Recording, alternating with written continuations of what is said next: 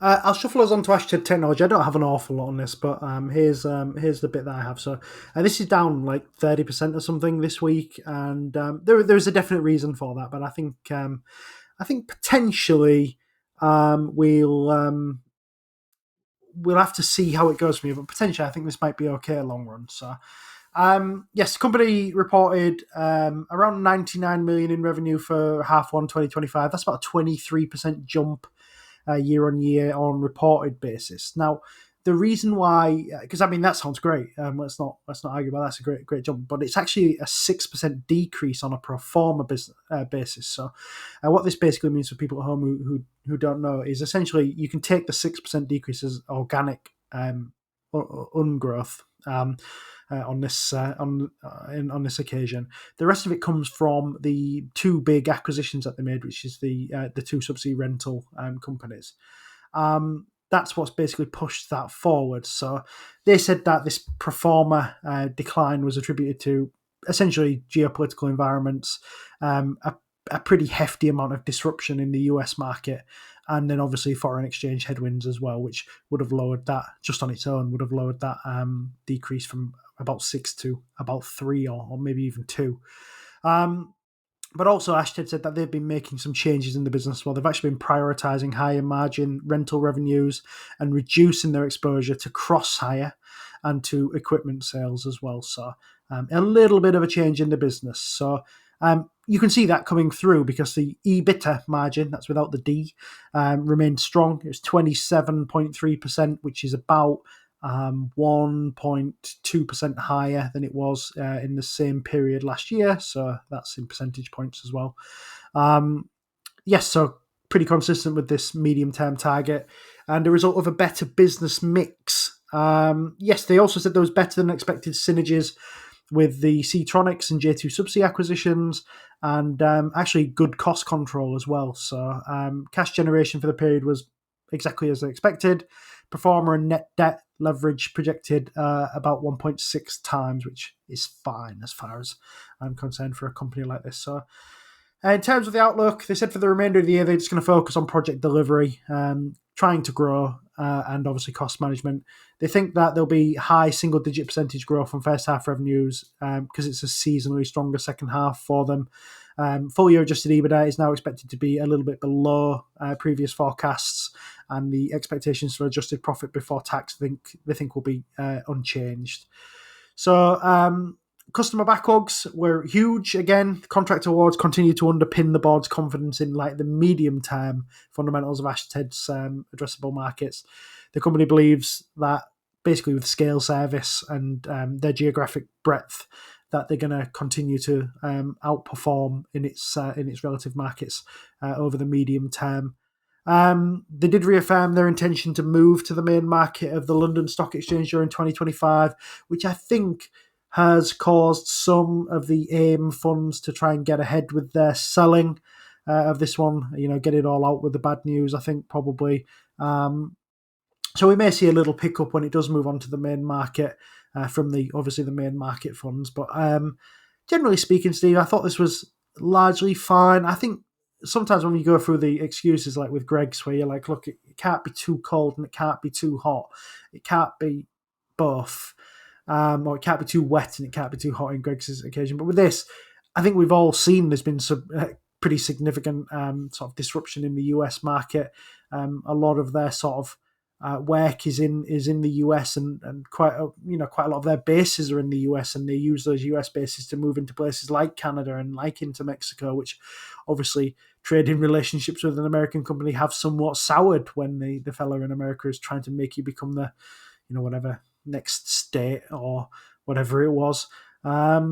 So yes, I think there's lots of positives to come is how I would say it with Ashtead, but at the moment it's just having a little bit of a sticky period, which I must admit, Steve, I didn't see coming.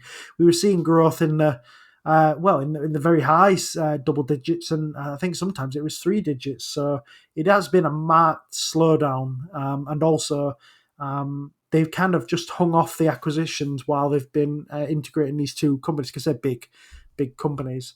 But it would be interesting to get that ball rolling again, and just getting Ashtead back to normal operations. I thought it was all right. Is my long shot of it. I bought about another 100 shares off the back of it. Took advantage of the dip, and we'll have to see where we go from there. Under the sea, it's not that much better. Down where it's wetter, so says Steve D. I should have listened to what you were saying in the first half instead of spending all my time coming up with that 5 lines worth of thing. But I have looked at the Ashtead Tech results here, and my general sense here is that turns out it's kind of better the further down the income statement you go. And if you imagine the balance sheet is somehow below the income statement, that actually looks pretty well fine as well. Everything looks all right apart from the revenue bit. To be honest, which is okay. So it's up based after some acquisitions and stuff, but as you point out, on an organic basis, no, that's the wrong way. And this is not a retail operation. You don't just get to open more stores and pretend your revenue's doing well here, or just acquire more things. Like, in fairness, the retailer's not really getting away with it either. But okay, things are going through a kind of, as you said, sort of sticky time right now.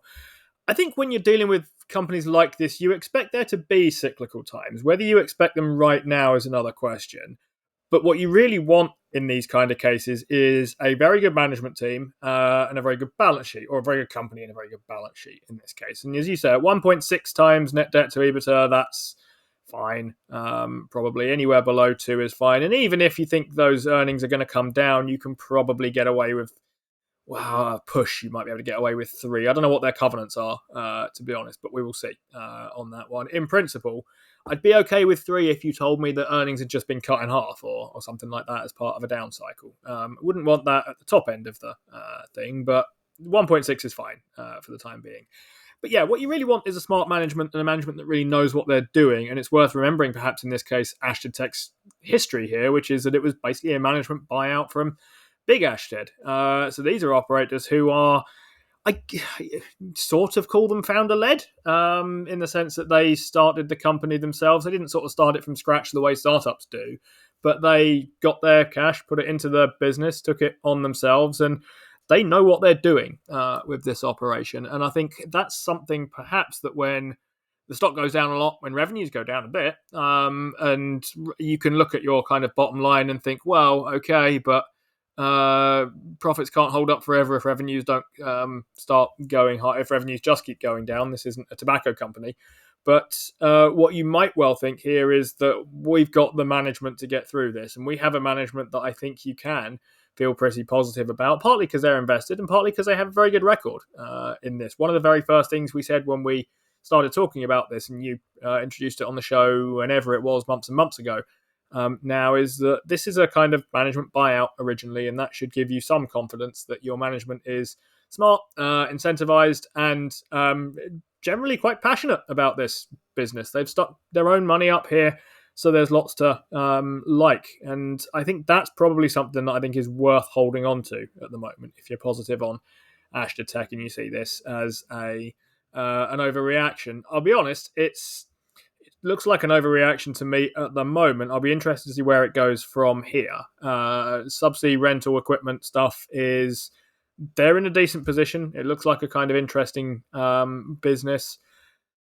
Whether or not exactly what more there is on that, I need to kind of dig a bit deeper and have a look and so on. But it looks a lot more attractive than it used to, Steve. I'll leave it with that thought and hand it back to you.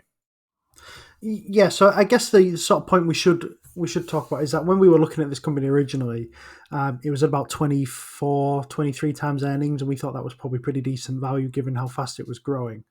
Now you're looking at 7.8 times earnings, because what's happened is the revenue has dipped a little bit, but the earnings have improved. So you've got 9 looking back and 7.8 looking forward, which is that's gone from being like, okay, there's some risk in this because it's valued high, but the growth could be there, to now, okay, maybe they've had a bad half. And if everything comes well from them, they should have a good second half. And now you've got a stock that is significantly de-risked to where it was in terms of its valuation. It's essentially under a third, nearly under a third of what it was when we originally talked about, looking at the notes here. So yeah, I'm Yes, I'm interested in it here. To be honest with you, Steve, I could fill my boots with a few more if I can find some money to put in. It is payday next week for me actually, so we will see how that goes. I'm also still waiting to see how I think Airbnb's earnings as soon as well. I don't think I've seen them yet, so I'm interested to see how that goes as well. And that could be a place where I look to free up some money and. That could go in a number of places as well, but Ashtead Technology is one of them. I'm sort of perennially interested at these kind of valuations, Steve. There are so many earnings coming up this coming week that I'm wanting to look at. The 22nd, 23rd, 24th has, I think, in this order, Compass Group, Informa, and then 3i, all of which are FTSE 100 names, all of which I like quite a bit. But I will see next week what the most interesting of those is to talk about. I'd love one of those to go down quite a lot, although I'm too busy trying to buy other things right now. Ashtead Tech is, if there weren't so many other things going down, some of which are in your portfolio, some of which are not, I hadn't promised you last week I'd go buying Vistry. I'd be looking quite closely at Ashtead Tech right now because I feel like I've got a space for some small cap stuff. And as you know from Trading 212, my portfolio is quite well tilted towards industrials. I do like these sorts of operations, but certainly want to keep an eye on. These sort of stocks can be sort of more volatile generally, and they can snap down and they can snap back up again. So I suppose in some ways an overreaction in either direction is less surprising. Reactions to news at all tend to be quite big. It's not to say it can't go down further, because it definitely could from here, but it'll be interesting to see what happens when their next report comes around, I guess. You've been watching a segment from the Playing FTSE show, brought to you in association with our favourite broker, Trading 212. For the full version of the show, check us out on Spotify, Apple, or wherever you get your podcasts. And if you open a new account with Trading 212 using the link in the description, there's a free fractional share in it for you. Just make sure that you use the code FTSE when you sign up. Terms and conditions apply, and do remember that when investing, your capital is at risk.